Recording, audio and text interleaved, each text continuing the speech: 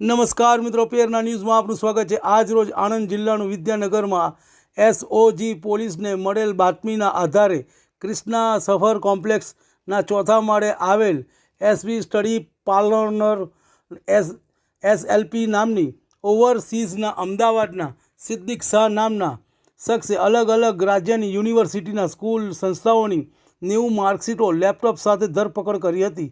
હજુ 2 આરોપી ધરપકડ કરવાના બાકી છે। રિપોર્ટ રવિ સાધુ। તમને અમારા સમાચાર પસંદ આવ્યા હોય તો લાઇક, શેર, બેલ આઇકોન અને સબસ્ક્રાઈબ કરો। બધાને ખબર હોય તોય આટલા પૈસા આપી આપીને ચાલે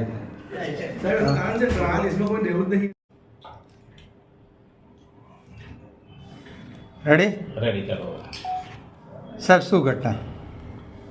તાજેતરમાં આણંદ જિલ્લાની અંદર બનાવટી દસ્તાવેજો તથા બનાવટી માર્કશીટ બનાવી અને તેઓને નાગરિકોને વિદેશ મોકલવાનું કમ્પાઉન્ડ ચાલતો હોવાની હકીકત મળેલ હોય, જે બાબતે કાયદેસરની કાર્યવાહી કરવા માટે અમદાવાદ રેન્જના પોલીસ મહાનિરીક્ષક શ્રી જે.આર. મોથલિયા સાહેબ તથા આણંદ જિલ્લાના પોલીસ અધિક્ષક શ્રી જી.જી. જસાણી સાહેબે એસઓજીને આ બાબતે જરૂરી સૂચના આપેલી, જેનું અનુસંધાને એસઓજીના પીઆઈ જીગર પટેલ તથા પીએસઆઈ વાઘેલા સાહેબે આ બાબતે વર્કઆઉટ હાથ ધરેલ।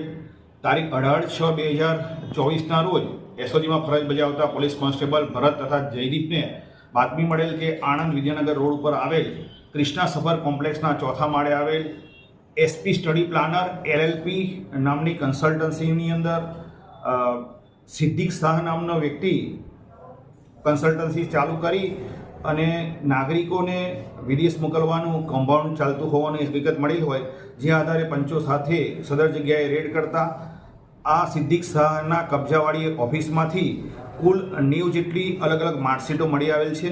આ તમામ માર્કશીટો બાબતે પૂછપરછ કરતા આ તમામ માર્કશીટો બનાવટી હોવાનું હકીકત તેને જણાવેલ છે।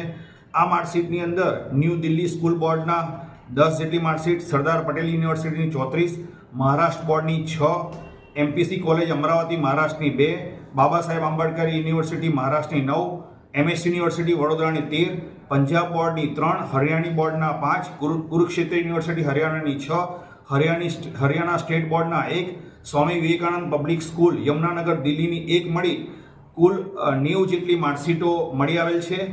આ વ્યક્તિ પાસેથી એક લેપટોપ તથા 2 મોબાઈલ કબજે કરવામાં આવેલ છે।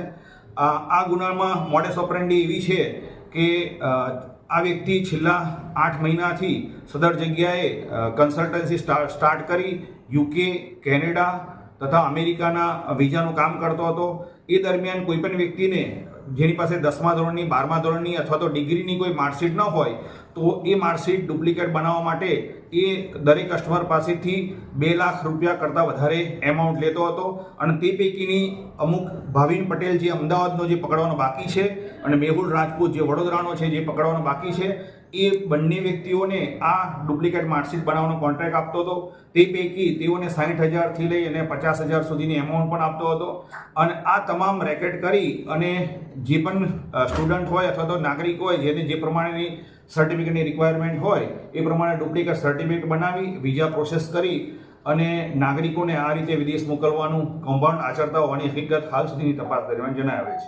સાહેબ, અત્યાર સુધી સાહેબ કેટલા લોકોને એણે વિદેશમાં મોકલ્યા? હાલ સુધી ગઈકાલે જ રેડ કરવામાં આવેલી છે અને હાલ સુધીની ઇન્ટ્રોગેશન દરમિયાન અત્યારે મેં આપણે જે હકીકત કહેલી છે એ મુજબની હકીકત જણાવેલ છે। આજ રોજ નામદાર કોર્ટમાં રજૂ કરી આ તમામ મુદ્દાઓ બાબતે તલસ્પર્શી તપાસ હાથ ધરવામાં આવનાર છે। વિદ્યાનગર માર્કશીટ કૌભાંડ ને આ માર્કશીટ કૌભાંડ ડુપ્લિકેટ એમાં કંઈક તાર મળે છે?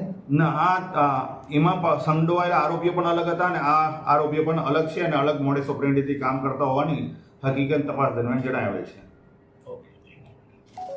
જય સ્વામિનારાયણ।